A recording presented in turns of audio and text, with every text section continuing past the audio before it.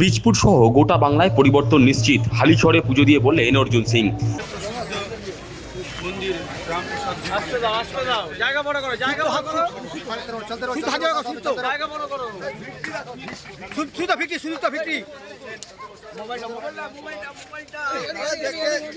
বীজপুর সহ গোটা বাংলায় পরিবর্তন নিশ্চিত। শুক্রবার হালিশহরে সাধক রামপ্রসাদের স্মৃতি বিজড়িত কালী মন্দিরে শক্তি মায়ের পুজো দিয়ে এমনটাই বললেন ব্যারাকপুরের প্রাক্তন সাংসদ তথা নোয়াপাড়া কেন্দ্রের বিজেপি প্রার্থী অর্জুন সিং। তিনি বলেন, মায়ের কাছে অসুশক্তি নাশের প্রার্থনা করলাম। তার কথায়, পৃথিবীর সর্বোচ্চ নেতা প্রধানমন্ত্রী নরেন্দ্র মোদীর আশীর্বাদ নিয়ে সুদীপ্ত ভোট যুদ্ধে নেমেছে। আগামী দিনে বাংলায় যেমন পরিবর্তন হবে, তেমনই বীজপুরেও পরিবর্তন হবে। মাস আগে এখানে এসেছিলাম আমি সুদীপ্তকে নিয়ে। আমরা এখানে পুজো করতে এসেছিলাম।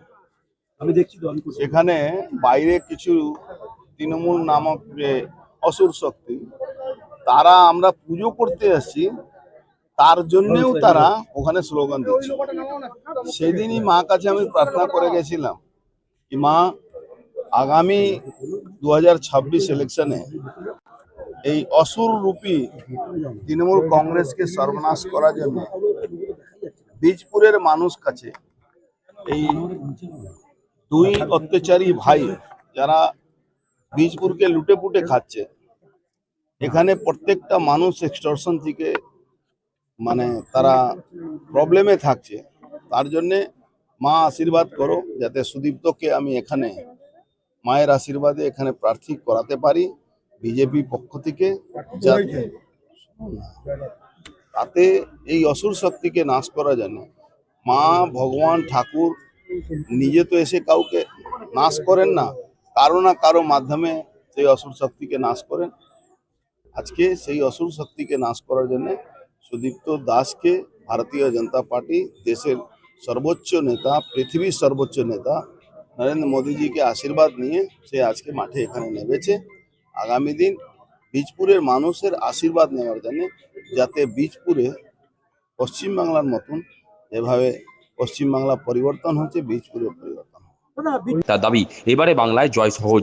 বীজপুর সহ ভাটপাড়া, জগদ্দল, নৈহাটি, নোয়াপাড়া দল জিতবে। বাংলায় জয় সহজ আছে, বীজপুরও আছে, নোয়াপাড়াও আছে, নৈহাটিও আছে, ভাটপাড়াও আছে, জগদ্দলও আছে। এখানে কোনো সমস্যা নেই। মানুষ আমাদের সঙ্গে আছে, বাংলার মানুষ আমাদেরকে আশীর্বাদ করছে, ভারতীয় জনতা পার্টিকে আশীর্বাদ। পুরনো স্মৃতি রোমন্থন করে বিজেপি প্রার্থী অর্জুন সিং বলেন, একটা সময় তারা সিপিএমকে সরিয়ে তৃণমূলকে ক্ষমতায় এনেছিলেন। এবার তৃণমূলকে সরিয়ে তারা বিজেপিকে ক্ষমতায় আনবেন।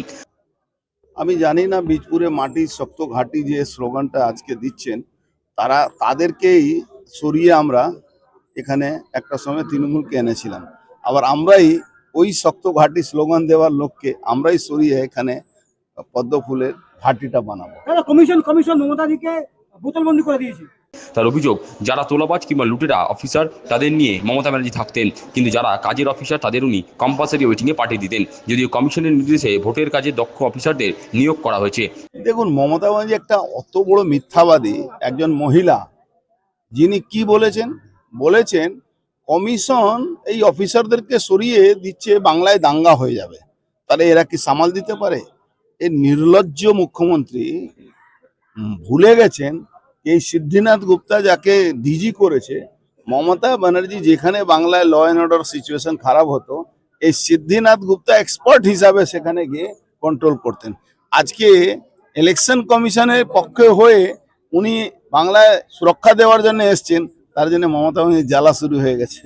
কেন মমতা ব্যানার্জি পশ্চিমবাংলা যারা তোলাবাজ, লুটেরা, ডাকাত যে অফিসারগুলো ছিল তাদেরকে নিয়ে উনি থাকতেন, যারা কম্পিটেন্ট অফিসার তাদেরকে উনি সবসময় কম্পালসারি ওয়েটিং বা এমন জায়গা পোস্টিং করতেন যেখান থেকে উনার জন্য টাকা তুলবে, উনার ভাইপো জন্য টাকা তুলবে, আর তাকে পৌঁছাবে ওই কয়লা চুরি, বালি চুরি টাকা কনভয় করে এই পুলিশ অফিসাররা যারা উনার আশেপাশে ছিল তারা পৌঁছে দিত। তার জন্য তারা ভালো ছিল।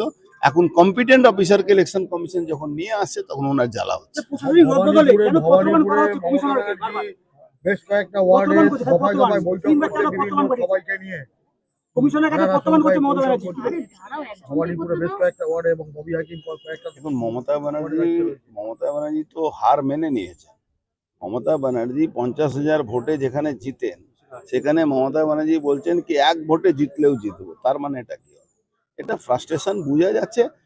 যারা বুঝতে পারছেন তারা বুঝতে পারছেন Mamata Banerjee must be defeat. দাদা কালকে মদন মিত্র তীব্র ভাষায় আক্রমণ করেছেন প্রধানমন্ত্রী এবং স্বরাষ্ট্রমন্ত্রীকে। তিনি এদিন রামপ্রসাদের ভিটেতে হাজির ছিলেন বীজপুর কেন্দ্রের বিজেপি প্রার্থী সুদীপ্ত দাস, বীজপুর 2 ও বীজপুর 3 মণ্ডল সভাপতি যথাক্রমে সজল কর্মকার ও অঞ্জন দাস, দলের ব্যারাকপুর জেলার এক্সিকিউটিভ কমিটির সদস্য সন্তোষ রায়, প্রাক্তন কাউন্সিলর বন্ধুগোপাল সাহা, চিকিৎসক ভবানীপদ গাঙ্গুলি প্রমুখ।